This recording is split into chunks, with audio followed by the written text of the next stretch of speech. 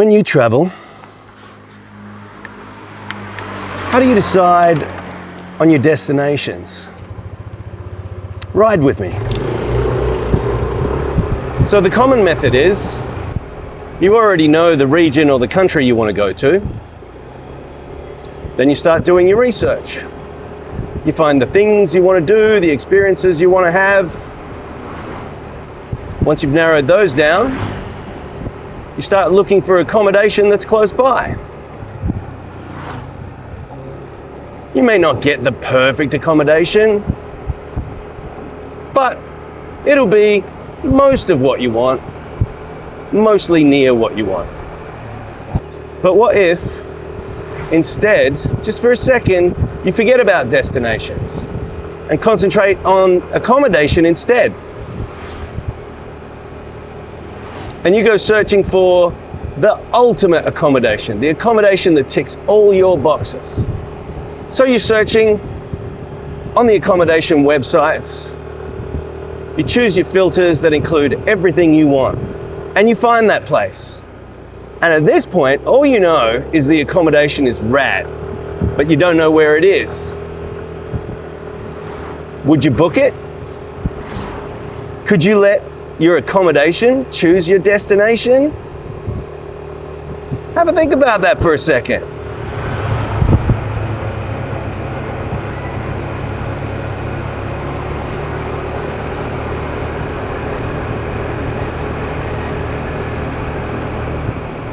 So just over a year ago, my wife and I did exactly that.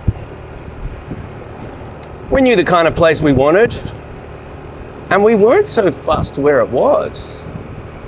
We wanted a place near the beach. We wanted a place with a private pool. We wanted aircon, of course. We wanted good Wi-Fi. I work remotely. We wanted a kitchen, decent kitchen, not a kettle and a toaster and a bar fridge. We wanted a serviceable kitchen with a good sized fridge, gas hobs, crockery, cutlery, pots and pans. Because eating out every meal can really become a grind. It's just nice to have that option to be able to cook properly for yourself in your own accommodation. So using an accommodation website, we ticked all the boxes in the filters, but when it came to destination, we just chose all of Bali. The place we found not only became our favorite accommodation ever in Bali, the area it's in, not on the tourist map, and it has become our favorite part of Bali. Now, I'm gonna take you there. And after 2 stays with my wife and a stay with a friend, this time I'm staying solo, and I want to show you everything I love about the place and the area. Now, before I unpack and mess the place up, let me give you the grand tour. I can tell you, it's a gorgeous place to come home to. And one of the things my wife and I remarked on the first time we were here was how quickly we started calling it home. We'd be out and we'd say, hey, let's go home. And home ain't bad, huh? This is probably the glamour bedroom.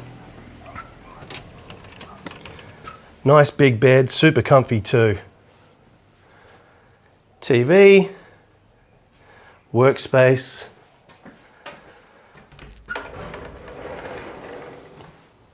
outdoor shower,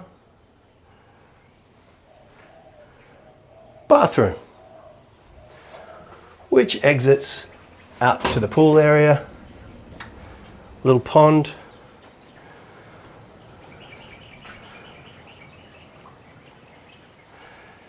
kitchen to do your own cooking, plenty of utensils, water, kettle, coffee maker, fridge. There's been a lot of bintangs in that fridge.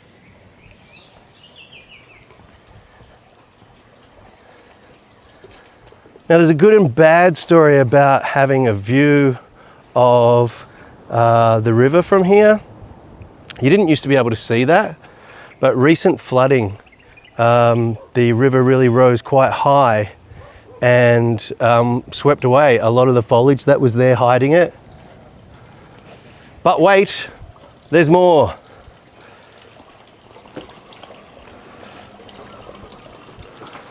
This is actually the bedroom that would probably be considered the second bedroom, but it's my preferred bedroom.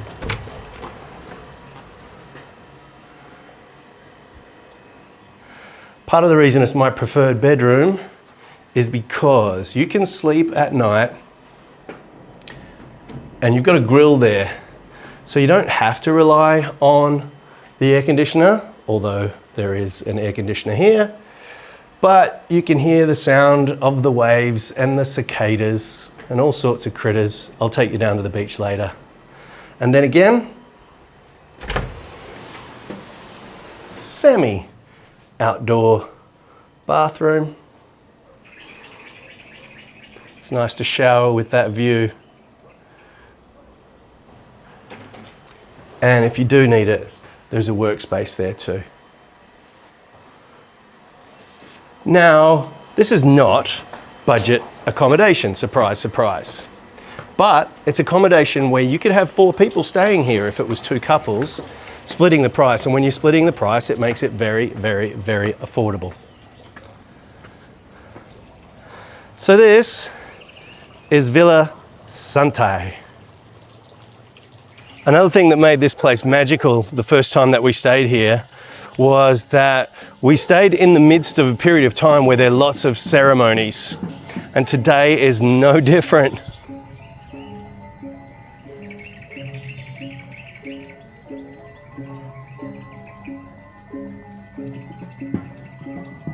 Now, I do want to go and find out what the ceremony is about.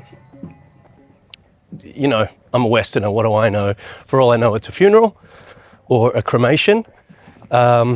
And although I like to stay on brand in my distinctive t-shirt, I'm just quickly going to whip back to the accommodation and put a white collared shirt on, just in case.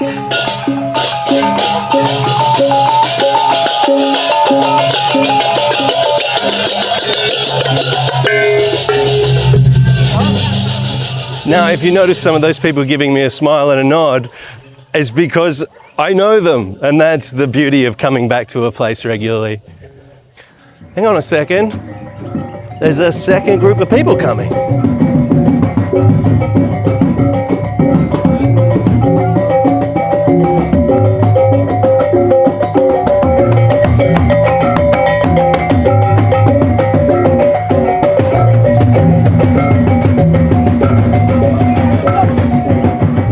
So I've literally been here for about 5 minutes. I gave you the grand tour, during which I mentioned you could hear the sound of the waves. So I was heading down to the beach to show you the waves. You have seen in real time what has happened, and I'm heading down to the beach now to find out what the ceremony is about. Now remember, we didn't choose this destination. The accommodation chose this destination.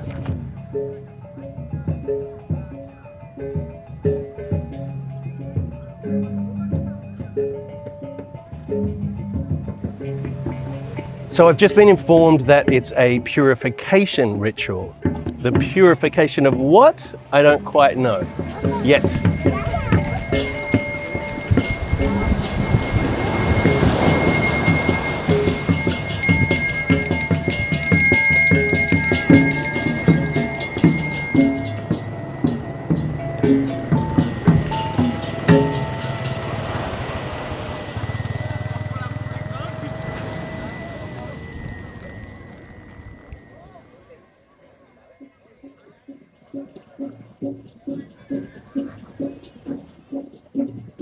By the looks of it, it's the purification of everyone, and potentially including animals.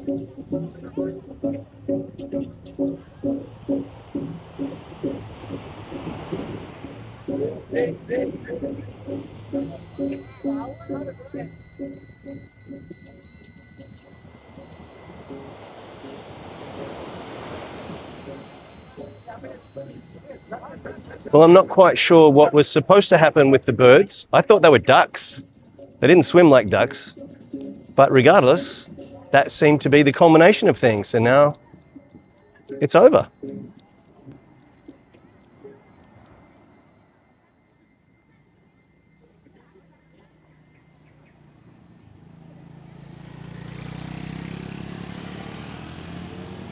It might be worth noting that they don't always leave the gate to the villa unlocked. The reason I was able to let myself in today is because not only have I stayed here 4 times before, the villa manager named Doddy, his family, welcomed a new baby today. So because we all know each other, they were able to leave the gate unlocked and the keys in a secret place that only we know about.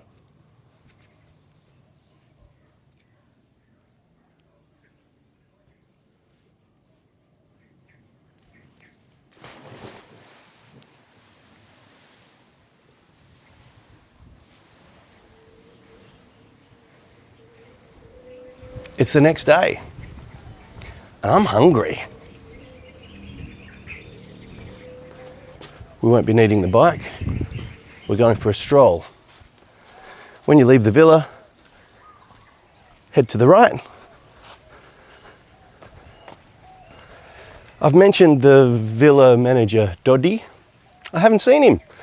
And I also mentioned that his family's just welcomed a baby, so that's why. The place where we're going is owned by Doddy's auntie and uncle. It's up near the main road. A lot of trucks on the main road. A lot of hungry truck drivers. Hello! Good morning! Pergi sekolah? Yeah. Kids are going to school. Nanja, tidak mengerti ini kata.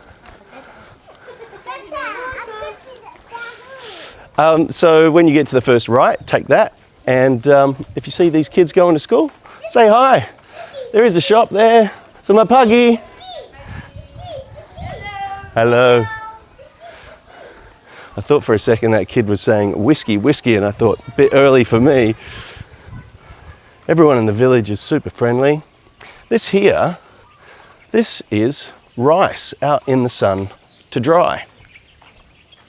Now, the locals have got a far better idea of the weather conditions than I ever will, and they know when it's going to rain.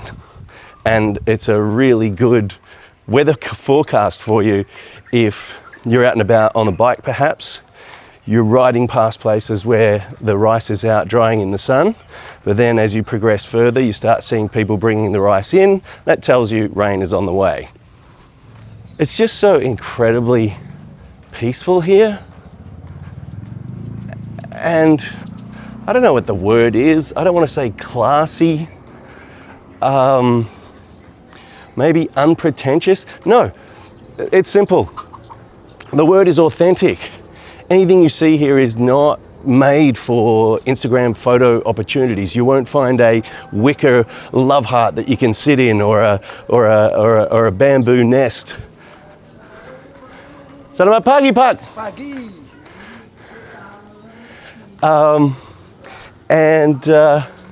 So you can just soak it in, knowing that none of this is for commercial purposes. But obviously there are commercial enterprises. Here's one now. Selamat pagi, Bu. This is a local little market.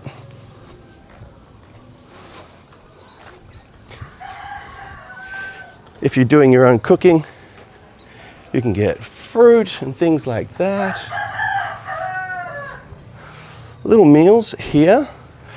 This here. Oh, maaf, Bu. Maaf. Halo, selamat pagi. Boleh saya merekam video? Lihat. Makasih. I was just asking. Baru bangun ini. Oh, maaf, Bu. Tidak mengerti. Mulut saya mengerti sedikit bahasa Indonesia. Telinga ngak. Makasih. So there's a variety of things here. You grab yourself some eggs. In fact, you could probably grab everything that you need. Selamat pagi. For breakfast and things like that. Eggs. Look, I do speak a minute amount of Indonesian. Mostly it's apologies for not being able to speak Indonesian. I was just saying to the lady there, my mouth can speak some Indonesian, but my ears don't understand anything. Selamat pagi. Mau kemana bro? Mau kemana? Pagi makan. Pagi makan. Pagi. Makan pagi. Siap. Mau kemana, if you've not been to Indonesia before, is the bog standard, where are you going? It's not intrusive. It's just the equivalent of the Western, hey, what's up? What's going on?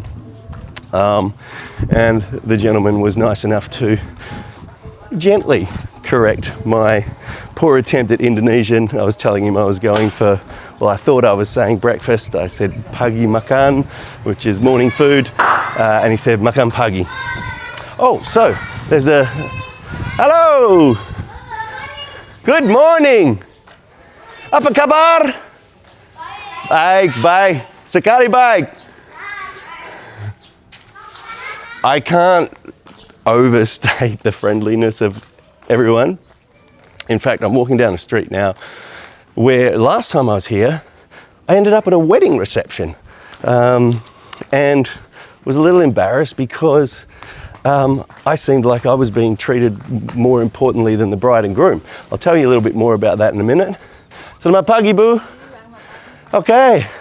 Tidak sekolah hari ini? Sudah pulang. Aha. Rencana. Saya pergi makan pagi. Sudah. All right, now we're a posse. So the wedding thing, what happened was, oh, here's the place here, I'll show you. Siapa namanya? Siapa nama Anda? Ben dari Australia. Australia. Siapa nama Anda? Komadana Sanjay. Komang. Senang bertemu dengan kamu. Oke. Siapa nama Anda? Putu Andra. Again? Putu Andra. Putu Andra. Ya. Putu Andra. Kadek Weda. Kadek? Weda. Aha. Wait. Okay. Hello, guys. Halo. Bye-bye. Oh, look at that view down there. Isn't that just gorgeous? Mau kemana? Mau to bypass. Yeah, going up here. Okay. Hello. So the wedding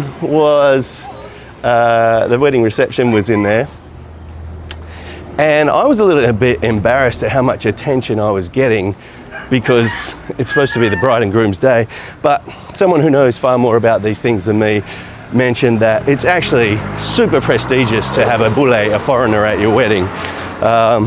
So yeah, I was kind of there as the trophy foreigner, I guess, but it didn't come across that way. It didn't come across that way at all. And I had a really good time. Okay, here we are. I'll just check if it's okay to record video first. All right, slightly funny story. So as I mentioned, this is Doddy, the villa manager's auntie and uncle. And I also mentioned hungry truck drivers, but this has been my go-to for grabbing beers. And they don't usually have them in the fridge, but when I'm here, they do put them in the fridge. The first thing that happened when I walked in here today is Puck, the older gentleman, leapt up, went and grabbed some beers and put them in the fridge, and I had to tell him, man, don't be putting them in there for me, because unfortunately I'm leaving today. Now, let me show you this food. And some hungry truck drivers. So with these food options, what you do, get yourself one of these, and I'm going to have the babi. I'm going to need 2 hands to open this. I'll get back to you in a second. Then in here, you've got a broth that you put over that, and there's a little bit of meat and potatoes in there. I do like this broth. And then in here, you've got sambal. Super spicy, just the way I like it. Actually, just be careful with this because it's legit spicy. And then you take a seat and eat. Now, you think I'm sweating now? It's a hot day today, plus I've put sunscreen on. I got a bit of sun yesterday. I'm usually super sensible about the sun, but circumstances conspired. But I can tell you, after this sunbath, I'm going to be sweating buckets. It's so good. And price-wise, look, you know what?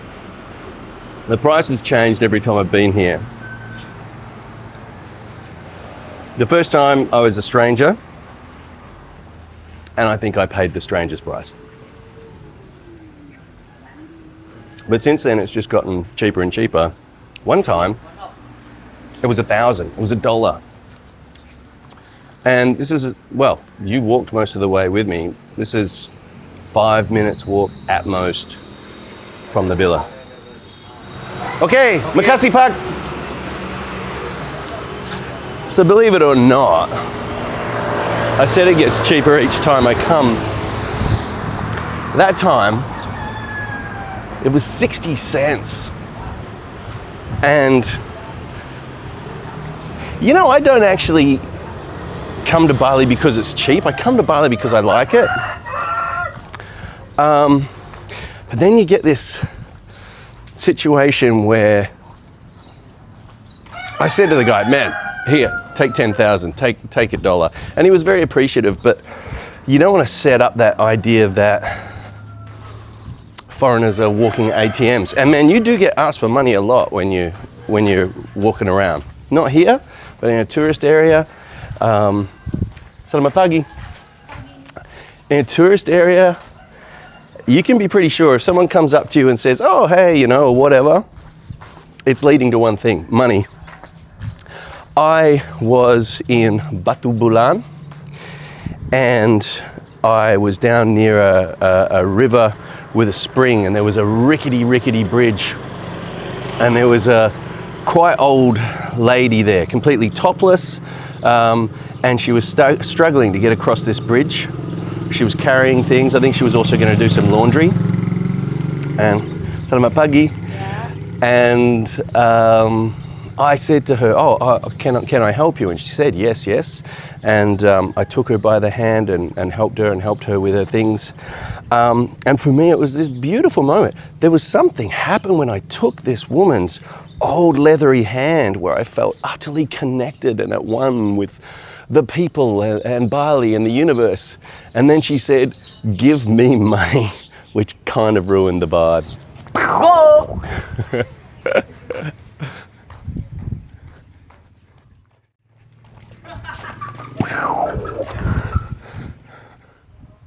It's a gorgeous breeze blowing through here. But at the same time, there's some thunder about, so we could be due some rain. I found out a little bit more about the purification ritual. Let me read. I'm not going to pretend that I know it all, not on this occasion. It is called Malasti, or quite possibly Malasti. It's a Balinese Hindu ritual to not only purify the body and soul, but the whole universe. And it keeps evil spirits away too. That's good to know. I also realize I haven't told you where I am. And a part of me doesn't want to tell you, because that's not really the point of this episode. The point is, if you want to shake up your decision making around choosing destinations when you travel, here's one way to do it. But if from what you've seen, this seems like the kind of Bali that you'd like to experience, then I would like to let you know where it is. So we are in the village of Sidayu. That's spelt Sidayu, but depending on the source, I've seen it spelt other ways as well, SE, for example. And we are in the Klungkung Regency. When I gave you the grand tour yesterday, I did mention that the villa was near the ocean, but I didn't mention that you have a view of the ocean from the villa. So a couple of times I've already mentioned Dodi and the fact that his family has welcomed a new baby. I didn't think I was going to get to see Dodi while I was here, but guess what? Now I'm in Dodi's house, enjoying some coffee and some donuts, and you've got a little baby to meet. Say hello to little Komang, and proud dad Dodi and proud mum Eka. Thank you for inviting me into your home to meet the newest member of the family, the newest citizen of Sidiyu village. And thank you also for some sweets and some lovely coffee. Well, that was a lovely opportunity to put some faces to names of people that I've mentioned. So that wraps up this visit to Villa Sentai, this visit to Klung Kung. It won't be my last.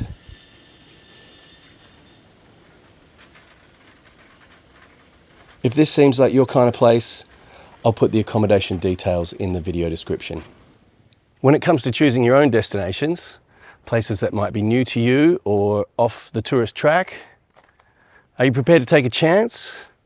Are you prepared to sprinkle a little bit of fate into your decision making? Have a think about that for a second.